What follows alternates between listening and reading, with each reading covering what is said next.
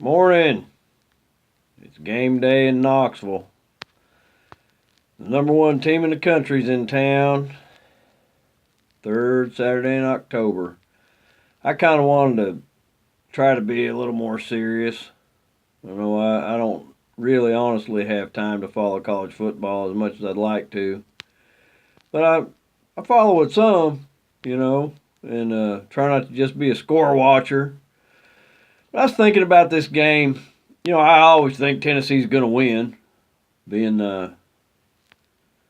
being a fan like that and everything. But let's be real. It would be really unusual for Tennessee to win this game, and Tennessee's going to have to do something unusual, and it might be something they would have had to plan for all week as a coaching staff. I know. I think if Tennessee was to say win the toss, defer, let Alabama have the ball first, and be coaching them up all week to convince them they can stop them. Because that's what I think would about have to happen.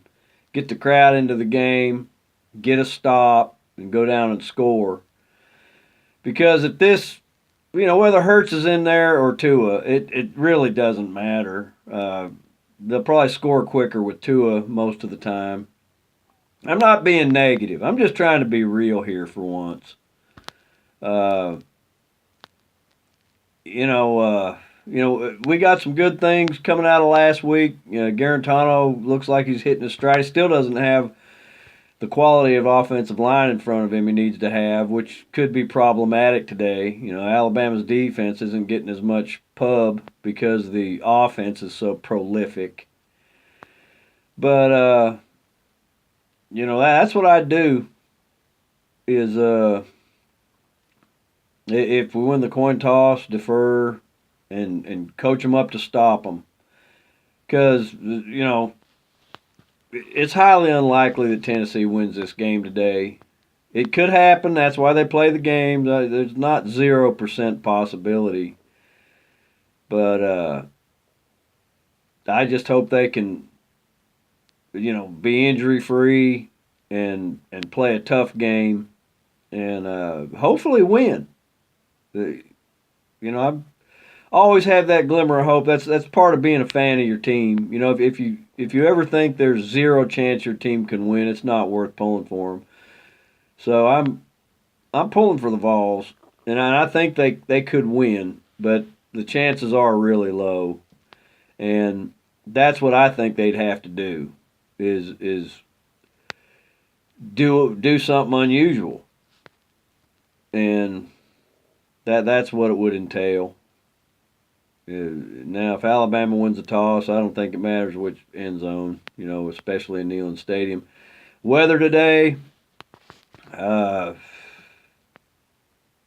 I don't think it affects either team one way or the other. It's going to be wet, or at least it's wet right now.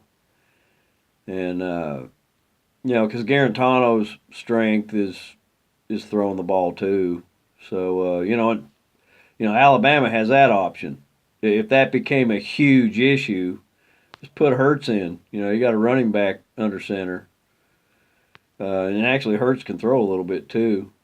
A lot of times, running quarterbacks get short shrift like that, in my opinion. They did it here with Dobbs when he was here. You can't throw. He just runs too much. No, that's called dual threat, and he's making money up in Pittsburgh now. But the same with Hurts. He's a threat both ways, but if it was rainy, you could just stick him in there, and you've really got a juggernaut. Then you don't know who's going to carry the ball. But yeah, that's what I have to say about that. Wanted to try to make sort of a serious video and give some sort of analysis, but that's what I think the Vols are going to have to do. Do something kind of unusual. Go Big Orange.